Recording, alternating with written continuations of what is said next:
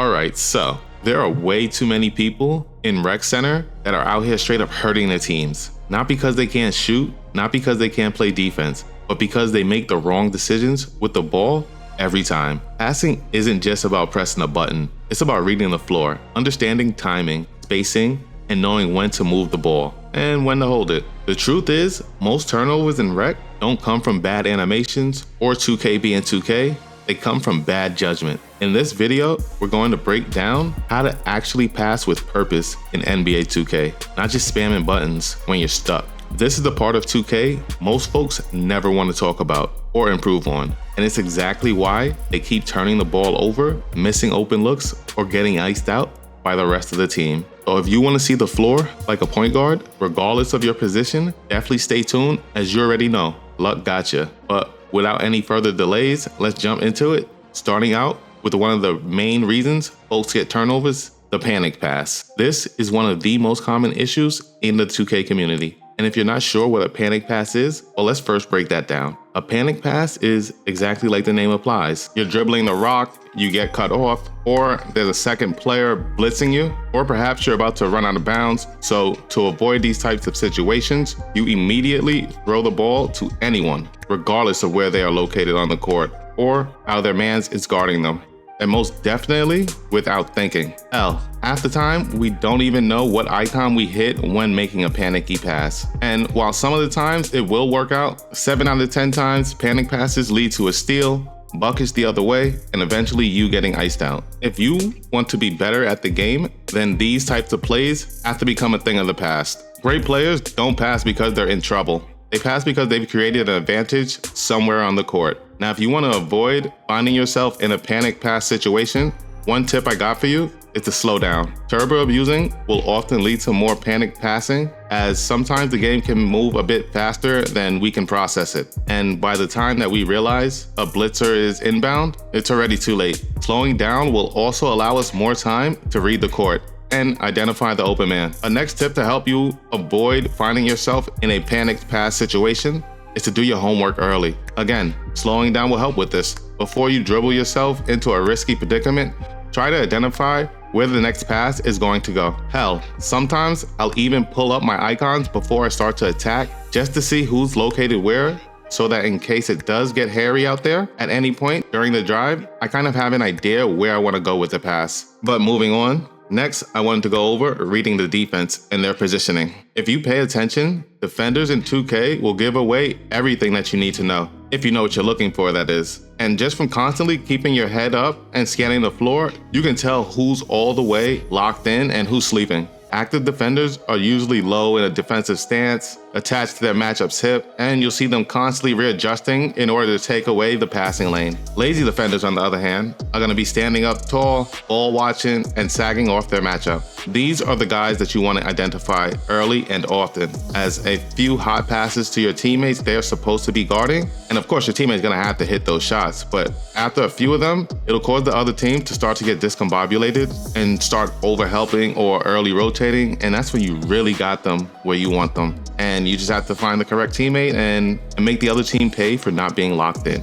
And honestly, that's what passing IQ is really all about. Being able to recognize who's out of position and not just who looks kind of open. Just remember, watch how the defenders are carrying themselves out there on the court, and it's going to tell you everything you need to know. Moving on, next I wanted to talk about the passing lanes and just understanding them a bit more. First, for those new to the game or basketball in general and are not familiar with what a passing lane is, well, a passing lane is pretty much just referring to a straight line between you, the ball handler, and your teammate, the receiver of the pass. Ideally, the lane should be clear of any type of traffic. Definitely don't want any defenders in the way. And I'd say be mindful of teammates too, as the game has a tendency to just bounce the ball off of folks' backs if they're just standing in the path of the ball, even without them having to press a steal button or anything. So ideally, we want a wide open lane when making our passes. Now I know we just said that the passing lane is a line between two teammates, one of which is currently holding the ball, but truth be told, that's the simplified version of it, because the passing lane is a lot more than just a line between two players. It's a risky corridor. Pretty much every time that you pass the ball, it's gonna be traveling through contested space. And if you're throwing passes through bodies or into traffic, turnovers are going to happen consistently.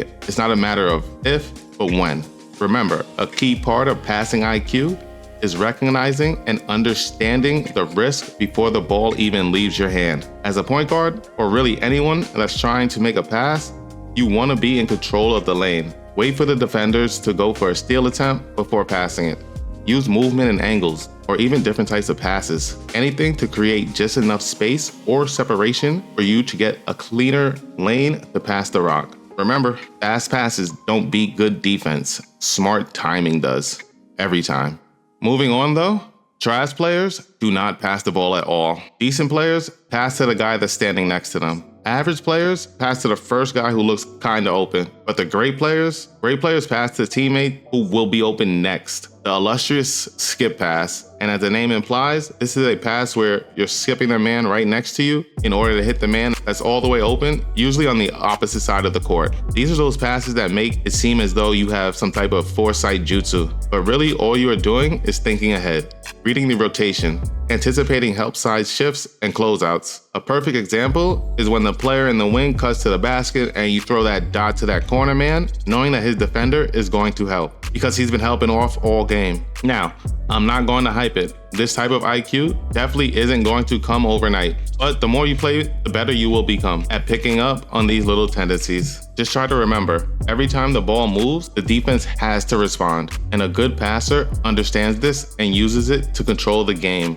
This is how you create that flow state. One smart pass leads to another, and suddenly the defense is 2 steps, maybe even 3 steps behind, and someone's getting a wide open look without even having to dribble the rock once. That's high level awareness, my friend. Now, if this video is helping you to see the floor or the game differently, then consider subbing up, as I'm gonna be dropping more videos like this once 2K26 drops, but for now, let's keep going. Next, I wanna talk about personnel awareness, another key to increasing one's passing IQ, because who you are passing it to and who is defending them matters. You wanna have some type of idea of the builds that are on the court with you. So ideally, during the pregame, just do a quick scan just to see everybody's build. Now, 2K definitely does not give us enough time to go in depth, but you can at least see what builds your teammates and opponents are on if you're playing with randoms. If you're playing with a squad, then this should be taken care of before y'all even head into the rec center, you know? In a perfect world, you are gonna want to understand your teammates' tendencies, strengths,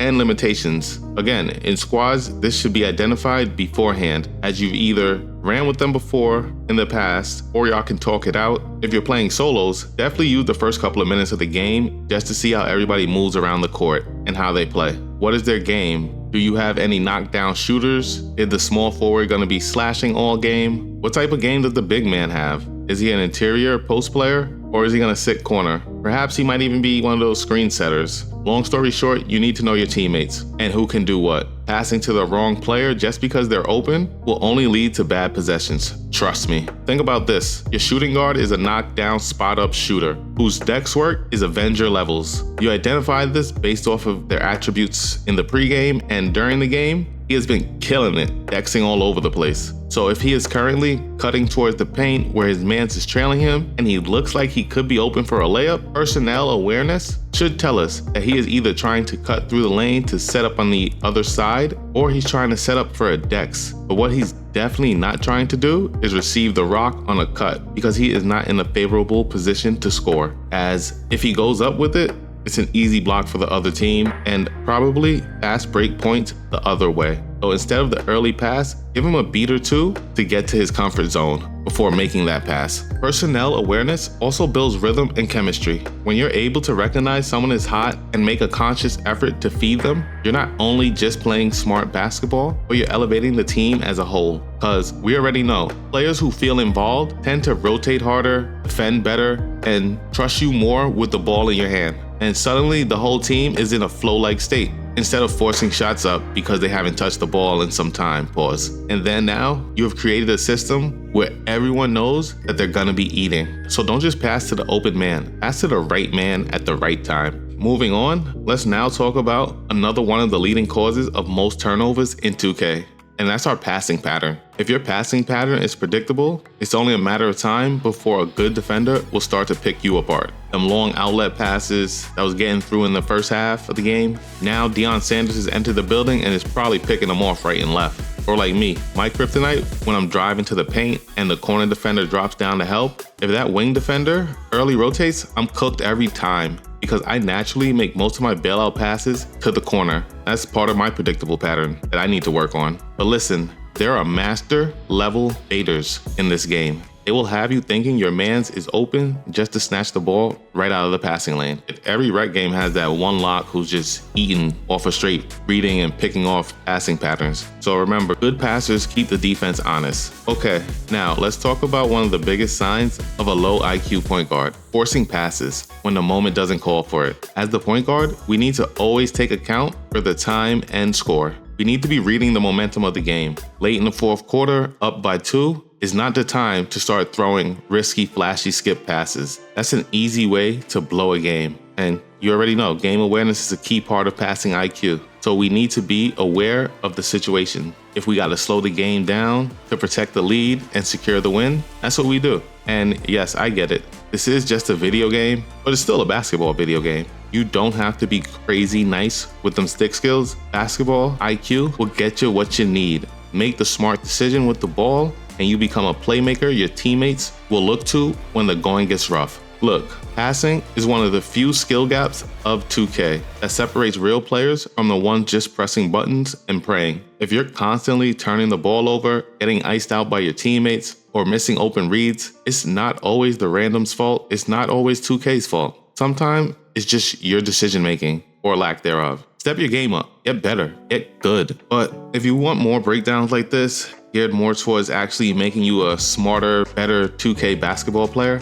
then hit that subscribe button. And if you made it this far, drop a comment with your worst passing habit. Let's all hold ourselves accountable. That's the only way we're gonna fix it. Because like you watching this video and I both know, Rec does not need more scorers. It needs more players with IQ. But till we meet up on that virtual hardwood, luck out. Peace.